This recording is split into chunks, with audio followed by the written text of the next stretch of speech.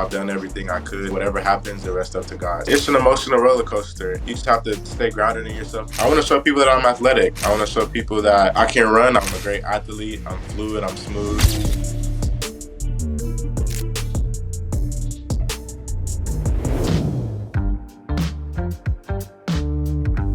All right, it is the ES DraftCast special edition, Road to the Draft special here. We are thrilled to be joined by Stanford cornerback Collin Wright. How are you today, sir? I'm doing great. I'm excited. Just finally made my way back to campus, so I'm seeing all my teammates and stuff for the first time in a minute coming from training. So it's been awesome. I appreciate you guys for having me on today. Absolutely. Where you been training? I've been in Florida. I've been in the Miami area training at Pete Bommarito's. It was an awesome experience. I met so many great guys there, and just being in a competitive environment like that again with guys you don't know, and just learning as much as you can about other guys' defenses and schemes and just everything.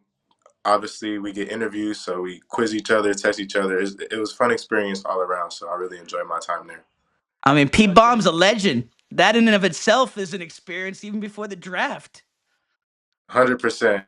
He knows what he's talking about. He's done it for so long, and it's funny. Right when I started to leave is when a lot of the vets came back. So you can just tell how much guys who played a long time have a lot of respect for Pete and all he does and how very detailed he is. So he helped me a lot. Definitely going to go back in my future. So um, great experience. It's been a busy pre-draft process for you. First, you started late January at the Senior Bowl. Well, tell us a little bit about your Senior Bowl experience. It was awesome. It was obviously our first time being exposed to teams and interviews and all that type of stuff. So, but I think it was great overall. I enjoyed practice. I enjoyed going against guys that obviously we all see on TV and we see what other guys are doing across the country that we might not play every week. So being able just to go out there and compete was what I enjoyed the most. And I think people don't understand the day-to-day operation and all the things we have to do, even at the combine, the Senior Bowl. So um, obviously some of that was a little bit challenging, but you have to understand it's not a long period of time, and you're there for the practice, you're there to interview, you're there to do all that stuff. But I think kind of like my most fun times was just being able to bond with guys. I think that was the most enjoyable for me. Just being with guys, like I said, that you play against and you know of, but just being able to see their human side was the most enjoyable part for sure. The combine are pretty long days, aren't they? I mean, how late were you up at night doing interviews till? About 11, probably going to sleep around 11:30, and we got to wake up around 5:45, 6 to be at breakfast. So not a lot of sleep. I think that's very intentional of them, but I think and especially us, I heard that the defensive back group, we were there for only 4 days, where some group was there for 5. So we kind of had a day less than everybody. So we were doing kind of everything at a little bit faster pace. So that was a crazy experience as well. It was pretty similar, but it was good too. What How is it many like? formal interviews did you have at the combine? Excuse me? How many formal interviews did you have at the combine? And then I'll have a question after that. I didn't do any formal at the combine. I think I answered most questions at the Senior Bowl. So for me, Okay. it was just getting familiar with teams that I pretty much talk to and teams that are interested in me. So I enjoyed that And, too. and people don't realize that. They hear that Colin Wright doesn't have any formal interviews at the combine, think it's a big deal, but you probably interviewed with 32 teams at the Senior Bowl. So let me ask you this. My next question is, did anybody ask you any questions that were out of left field, which often comes, something that caught you off guard about food or anything like that that had nothing to do with football, and you sat there and you said, "Wow, where did this question come from?" Surprisingly, no. I was definitely very much prepared for it. I've heard that people like to ask you questions left field, but I didn't really get anything um, at all. I would say a lot of questions I got was just football, just about my process, my day to day. Nothing crazy. So things that I already that I already knew of and things that I could answer easily. So Colin, what is this process like? Just in, I mean, you've obviously done this through high school, since high school in Texas with all-star camps and such. But you mentioned the camaraderie, but at the end of the day, you guys are competing to be drafted. How mhm. do you manage all of those sort of feelings all at once as you're going through the Senior Bowl and the combine experience? I would say it's an emotional roller coaster, and I think people don't understand that. But for me, I have such a strong support group, so many people that are on my side, so many mentors and family that kind of help me think and talk through all the things that I'm dealing with. And I think obviously that's part of the bonding experience I talked about. We're all going through the same thing for the first time, and being able to talk to guys about similar struggles we have, similar anxieties we have about things not going right, things not working in our favor is kind of also what I was alluding to. But I think you just have to stay grounded in yourself and just trust that you've done everything that you could have done to put yourself in the best position. So that's kind of what I live by, and I tell myself I've done everything I could, and after this pro day, I would say whatever happens is we're gonna leave the rest up to God. So I think I've done my part. Huge year for Stanford. Tell me, what made you pick Stanford, out of all of the spots you could have ended up? For me, it was just being able to get the best combination of both academics and football. Obviously, everybody knows Stanford, world class education, can't beat it. If not the best school in the university. I'm very biased, so I think it's the best school in the country. But um, obviously that was part of it, but also on the football side, just so many great guys that's came before me, and a rich experience and rich tradition with a bunch of guys who've played at a high level that play my position.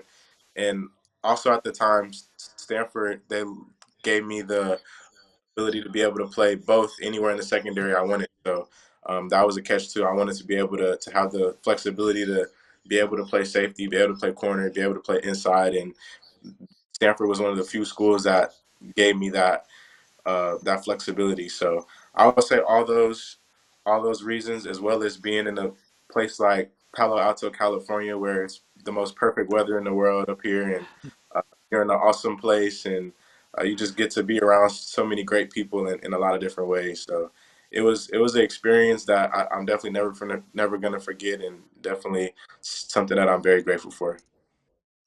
I want to ask you about three receivers you played against last year. Two of them you faced off not only during the regular season, but I'm sure the Senior Bowl. First, Boston College, Lewis Bond. What can you tell us about him? Lewis Bond's great. I think small, quick, very twitchy, very detailed, smooth route runner. I think he has a very successful future. I think he's a guy that can play anywhere. He can play at the X, which is the outside receiver. If you're watching, he could play in the slot. He could do everything. Very versatile. So yeah, I think he's a very good player. A guy who's not eligible for the draft, but you can't help but not notice him during games. Malachi Tony of Miami, who will be a top prospect down the road. Oh, for sure. Same thing. Awesome player. I would say he was one of the guys that we very much game planned a lot for. Their whole offense runs through him. They try to find ways to give him the ball. So I think he's very talented. Obviously, everybody saw it this year, all the success he's had. But I think he has a very diverse skill set, which lets him know, uh, which lets everybody know why he's so good as a player. So he's he's awesome too. I think he's like you said, he's going to be a top pick in the future for sure. And one last guy, which Stanford actually did a good job holding him in check. Malachi Fields of Notre Dame. I didn't really match up against him too much, honestly. But and obviously I didn't get to play against him this past year. I was out that game, but I think he's a great receiver as well. Uh, big, really big receiver. These guys on the outside are only getting bigger, and it makes it even more tough on us. You get big, strong guys. I think he has a successful future too. Um, he can run great routes, makes very contested catches at the catch point. So I think he has a bright future as well. How much interaction did you have? How much was Andrew Luck around the program, Colin? Just and how much were you able to take from him just in terms of mentorship as to what to expect in the NFL? Man, I think Andrew is around a lot actually, and I don't think a lot of people understand how much time he devotes into the program and how much he's really advocating for us here. Andrew was a guy that was in the meeting room and in our morning meetings or afternoon meetings, and obviously somebody in his spot doesn't have to do that.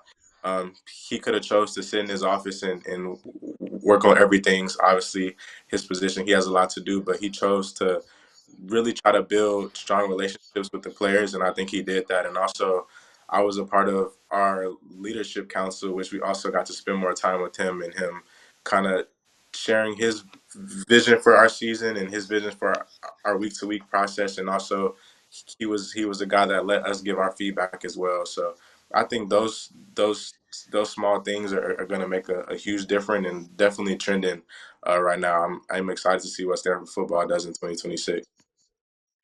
I'm here in New York, and the Jets just recently, or not too long ago, hired Frank Reich as their offensive coordinator, who was your head coach last year.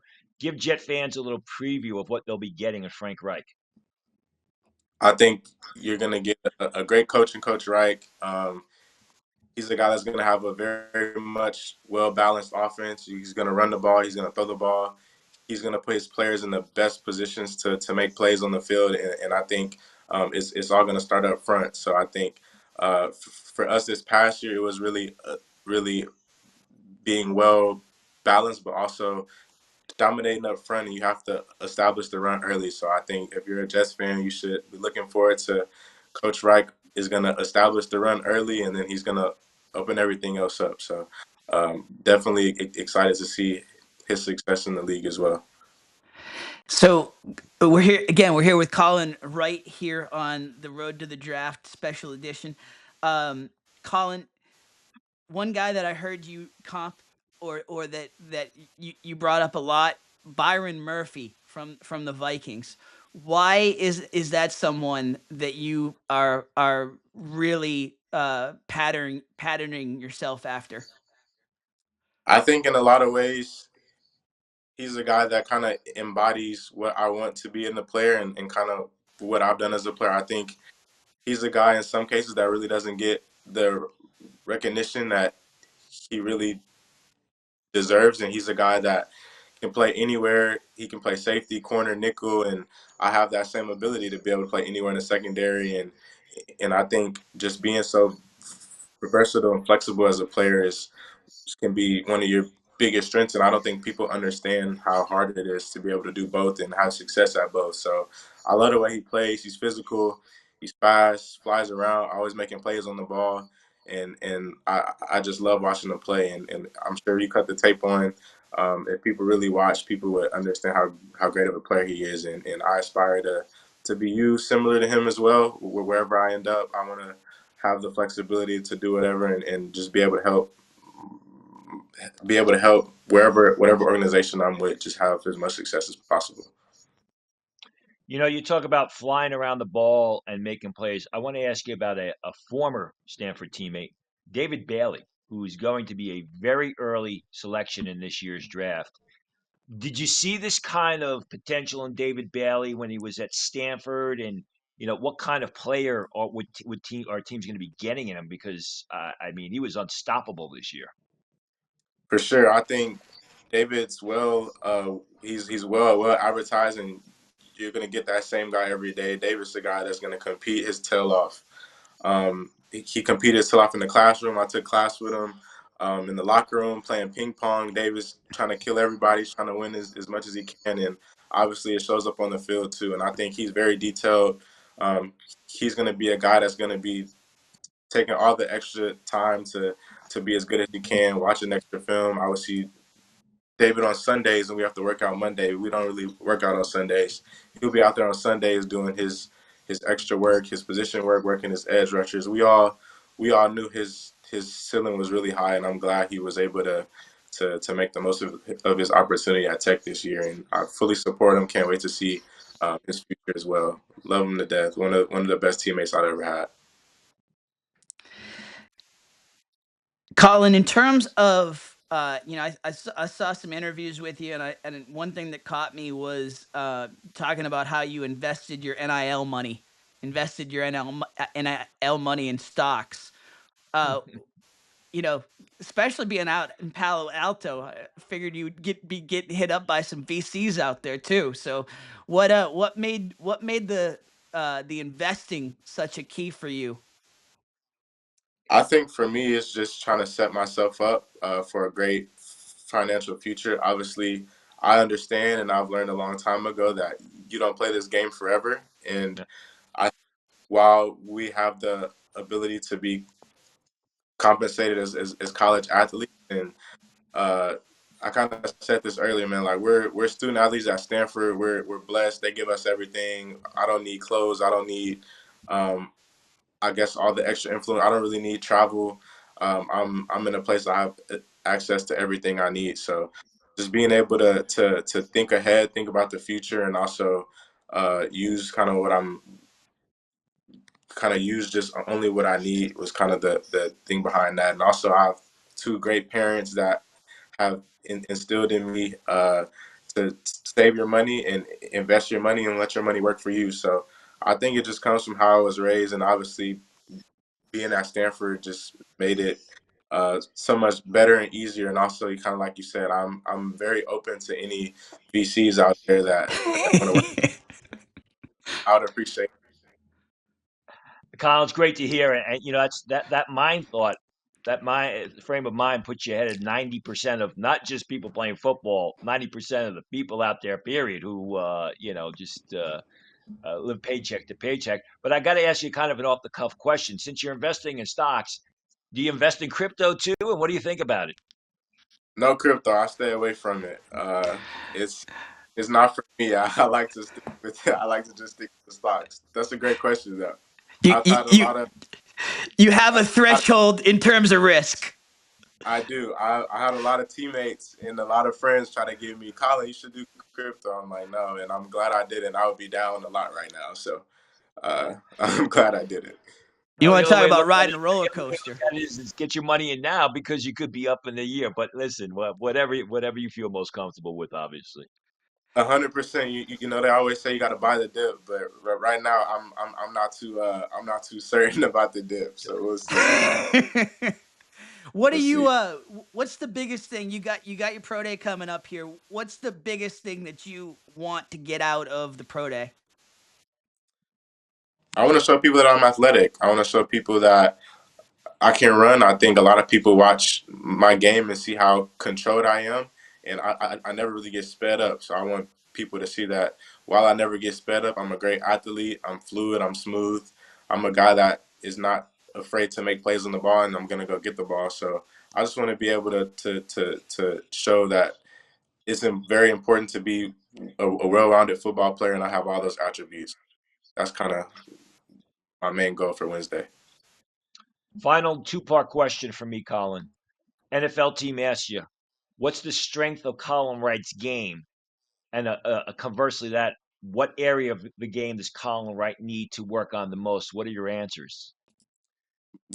I would say the strength to my game is my physicality, being able to be physical outside, disrupt routes, disrupt timing. I would say things that I want to work on. I would say cleaning up footwork. I think you can always improve on your footwork, and Yeah. obviously in the NFL, you're playing against so many great receivers, and you can't really waste motion. Every step that's not a good one can cost you. So just continuing to work on my craft and learn parts of the game is what I'm most excited to keep learning about. So those two. One last one from me, Colin. Uh, you talk about being well-rounded. Uh, what's what's the thing you do to blow off steam? when you're not doing all this preparation? What's the thing that keeps you grounded away from the football field?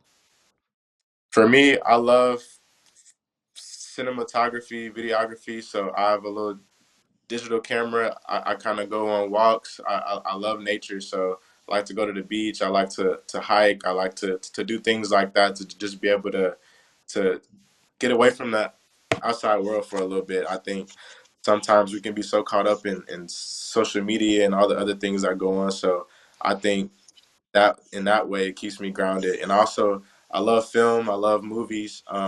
Didn't get a chance to watch the Oscars last night because I was traveling, but I missed the Oscars. But those are things that I enjoy watching, and just finding things outside of football is really what I enjoy. And I've learned a lot of those things here at Stanford. So What it's what was your favorite film from last year?